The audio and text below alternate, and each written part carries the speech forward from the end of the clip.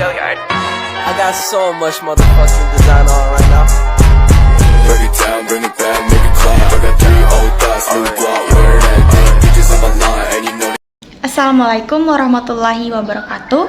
Perkenalkan, nama saya Friska Aulia Agnesia. Saya dari kelas F Akuntansi dengan NIM 9214233135. Di sini saya akan memaparkan materi untuk memenuhi tugas mata kuliah kewarganegaraan dengan dosen pengampu Bapak Roni Lukum, SPD, MSc. Saya mengambil topik ekonomi untuk dibahas. Pertama, saya akan membahas geostrategi ekonomi Indonesia. Geostrategi ekonomi Indonesia sangat dipengaruhi oleh faktor geografis dan geopolitisnya yang unik sebagai negara kepulauan di Asia Tenggara. Berikut adalah beberapa aspek geostrategi ekonomi Indonesia.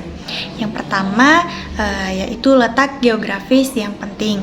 Indonesia terletak di persimpangan antara Samudra Pasifik dan Samudra Hindia, menjadikannya sebagai negara maritim yang memiliki potensi besar dalam perdagangan internasional. Selain itu, Indonesia berbatasan dengan beberapa negara penting seperti Malaysia, Singapura, Australia, dan Filipina yang semuanya memiliki dampak signifikan pada hubungan ekonomi regional. Yang kedua ada kawasan Asia Tenggara. Indonesia adalah anggota dari Asosiasi Negara-Negara Asia Tenggara atau yang disebut dengan ASEAN, yang merupakan blok ekonomi dan politik yang penting di Asia Tenggara. Hal ini memberikan akses ke pasar yang besar dan peluang kerjasama ekonomi dengan negara-negara tetangga. Terus yang ketiga ada pulau-pulau yang strategis. Kepulauan Indonesia memberikan banyak peluang dan tantangan. Pulau-pulau ini dapat digunakan sebagai pusat pertumbuhan ekonomi regional, tetapi juga memerlukan investasi besar dalam konektivitas dan infrastruktur untuk memanfaatkan potensi ini sepenuhnya. Yang keempat, ada sumber daya alam yang kaya. Indonesia memiliki kekayaan sumber daya alam seperti minyak, gas alam, batu bara, emas, dan kelapa sawit yang merupakan komoditas ekspor penting. Namun, ketergantungan yang berlebihan pada sektor ini dapat membuat ekonomi rentan terhadap fluktuasi harga dunia. Yang kelima, ada ketegangan regional. Hubungan dengan negara-negara tetangga seperti Malaysia dan Cina dapat mempengaruhi geostrategi ekonomi Indonesia. Indonesia dapat mempertahankan hubungan yang baik dan menyelesaikan ketegangan secara damai, penting untuk stabilitas ekonomi dan politik. Yang keenam ada perdagangan internasional. Sebagai negara dengan populasi besar, Indonesia memiliki pasar domestik yang kuat.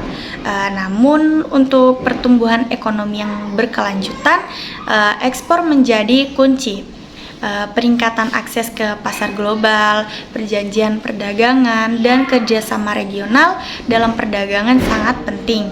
Terus yang ketujuh ada pengembangan infrastruktur maritim. Indonesia sedang berinvestasi dalam pengembangan infrastruktur maritim, termasuk pelabuhan dan jalur pelayaran, untuk meningkatkan konektivitas antar pulau dan mendukung pertumbuhan ekonomi. Yang ke-8 ada isu-isu lingkungan.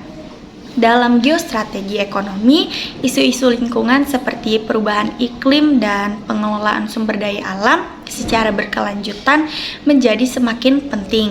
Indonesia harus mempertimbangkan dampak lingkungan dalam pengembangan ekonomi. Dalam rangka mengoptimalkan geostrategi ekonominya, Indonesia harus memperkuat hubungan dengan tetangga-tetangganya, memanfaatkan potensi maritimnya, berinvestasi dalam infrastruktur, dan merumuskan kebijakan yang berkelanjutan dengan berorientasi pada pasar global. Ini akan membantu negara ini mencapai pertumbuhan ekonomi yang stabil dan berkelanjutan di tengah persaingan global. Selanjutnya, saya akan membahas permasalahan ekonomi Indonesia. Ada beberapa permasalahan ekonomi Indonesia, seperti yang pertama, ketergantungan pada sumber daya alam. Ekonomi Indonesia masih sangat bergantung pada sektor sumber daya alam seperti pertambangan, minyak, gas, dan kelapa sawit. Fluktuasi harga komoditas dunia dapat mengganggu pertumbuhan ekonomi. Terus yang kedua, ada kesenjangan regional. Terdapat kesenjangan ekonomi antara wilayah-wilayah di Indonesia. Pulau Jawa dan Pulau Bali masih menjadi pusat pertumbuhan ekonomi, sedangkan wilayah lainnya masih tertinggal. Yang ketiga, ada infrastruktur yang kurang. Infrastruktur di Indonesia masih perlu ditingkatkan, terutama di luar Pulau Jawa, untuk mendukung pertumbuhan ekonomi yang lebih baik. Yang keempat, ada ketidakpastian hukum. Ketidakpastian hukum dan regulasi bisnis dapat menghambat investasi asing dan pertumbuhan sektor swasta. Terus yang kelima, ada ketimpangan sosial dan pendapatan. Masih ada masalah ketimpangan sosial dan pendapatan di Indonesia yang dapat mengganggu stabilitas dan sosial politik. Selanjutnya, kekuatan ekonomi Indonesia ada yang pertama, yaitu potensi demografi. Indonesia memiliki populasi yang besar dan muda yang dapat menjadi sumber daya manusia yang berpotensi untuk pertumbuhan ekonomi. Terus yang kedua, ada kekayaan sumber daya alam. Meskipun ada resiko ketergantungan, kekayaan sumber daya alam Indonesia masih menjadi kekuatan ekonomi. Yang ketiga, ada kemajuan teknologi. Perkembangan teknologi di Indonesia termasuk dalam sektor e-commerce dan teknologi finansial telah meningkatkan akses ke pasar dan layanan keuangan. Yang keempat, ada posisi geografis. Letak geografis Indonesia sebagai negara kepulauan memberikan potensi besar untuk perdagangan internasional dan pariwisata. Adapun kelemahan ekonomi Indonesia, yaitu yang pertama, rendahnya kualitas pendidikan dan keterampilan tenaga kerja, seperti kurangnya investasi dalam pendidikan dan pelatihan dapat menghambat produktivitas dan inovasi. Yang kedua adalah korupsi dan birokrasi. Masalah korupsi dan birokrasi yang lambat dapat membuat lingkungan bisnis menjadi tidak kondusif. Yang ketiga adalah ketidakstabilan makroekonomi, seperti inflasi defisit anggaran dan fluktuasi nilai tukar sering menjadi masalah. Selanjutnya yaitu ada peluang ekonomi Indonesia. Peluang ekonomi Indonesia yaitu yang pertama, diversifikasi ekonomi. Indonesia dapat mengembangkan sektor-sektor ekonomi non sumber daya alam seperti manufaktur, teknologi, dan pariwisata. Yang kedua ada ekspor produk unggulan, seperti mengembangkan ekspor produk unggulan, produknya itu seperti pertanian, tekstil, dan manufaktur. Yang ketiga adalah investasi infrastruktur. Investasi lebih lanjut dalam infrastruktur dapat meningkatkan konektivitas dan pertumbuhan ekonomi di wilayah-wilayah terpencil. Ada ancaman-ancaman dalam ekonomi Indonesia, yaitu ancaman geopolitik, seperti perkembangan politik dan ketegangan internasional dapat mempengaruhi ekonomi Indonesia. Rekomendasi dalam menyelesaikannya yaitu diplomasi yang bijak dan diversifikasi mitra ekonomi internasional. Ancaman kedua seperti perubahan iklim. Ancaman perubahan iklim dapat merusak sektor pertanian dan pariwisata. Rekomendasi untuk menyelesaikannya yaitu investasi dalam mitigasi dan adaptasi perubahan iklim. Yang ketiga, ancaman ketiga yaitu ketidakpastian eksternal. Ketidakpastian eksternal seperti perang dagang global harus dipantau dengan cermat. Rekomendasi untuk menyelesaikannya yaitu diversifikasi ekonomi dan kebijakan yang mendukung daya saing. Yang keempat yaitu reformasi regulasi. Penting untuk melakukan reformasi regulasi dan hukum untuk menciptakan iklim bisnis yang lebih kondusif. Rekomendasi untuk menyelesaikannya yaitu penguatan peraturan dan penegakan hukum. Yang kelima yaitu pendidikan dan keterampilan. Investasi dalam pendidikan dan pelatihan akan membantu meningkatkan kualitas tenaga kerja dan inovasi. Rekomendasinya yaitu peningkatan anggaran pendidikan dan kemitraan dengan sektor swasta.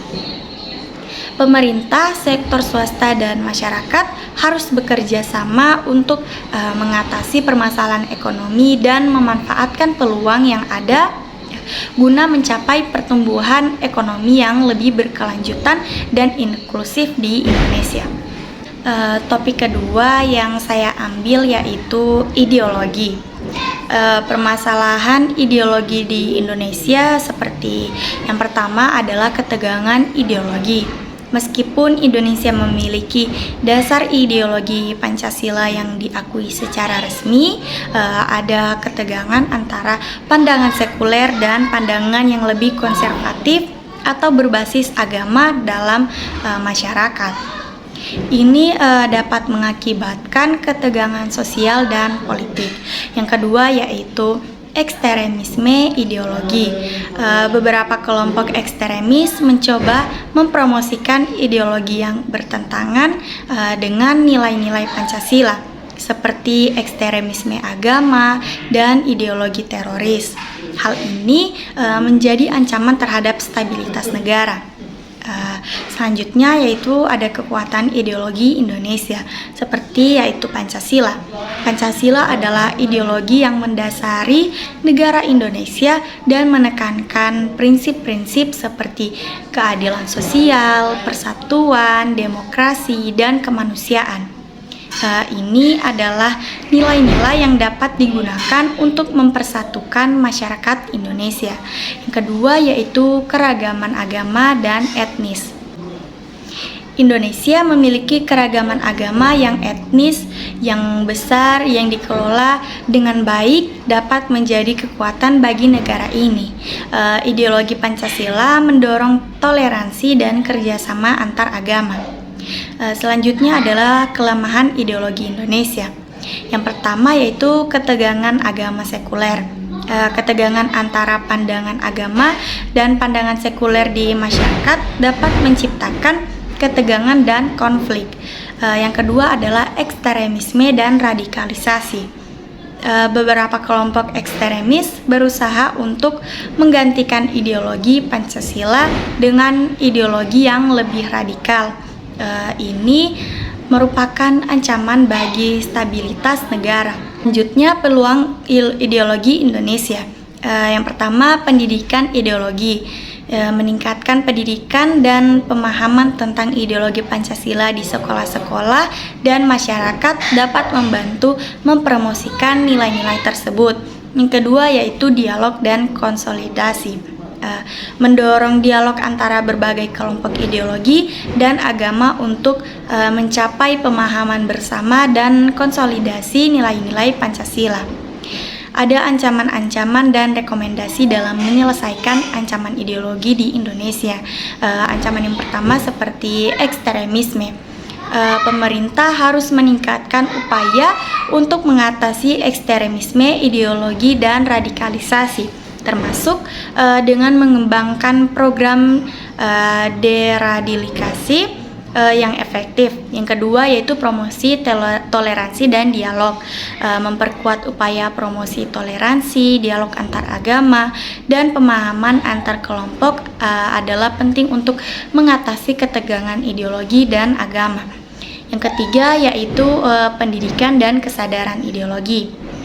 Meningkatkan pendidikan dan kesadaran tentang ideologi Pancasila di seluruh masyarakat, terutama di kalangan generasi muda, dapat membantu memperkuat fondasi ideologi negara. Yang keempat yaitu kepemimpinan yang kuat. Pemimpin politik dan masyarakat harus memberikan teladan dalam mempromosikan nilai-nilai Pancasila dan menjaga persatuan Indonesia. Melalui pendekatan yang komprehensif dan inklusif, Indonesia dapat mengatasi permasalahan ideologi, memanfaatkan kekuatan ideologi Pancasila, dan menjalani perkembangan yang stabil dan harmonis di masa depan. Sekian pemaparan materi dari saya, lebih dan kurangnya saya mohon maaf. Wassalamualaikum warahmatullahi wabarakatuh.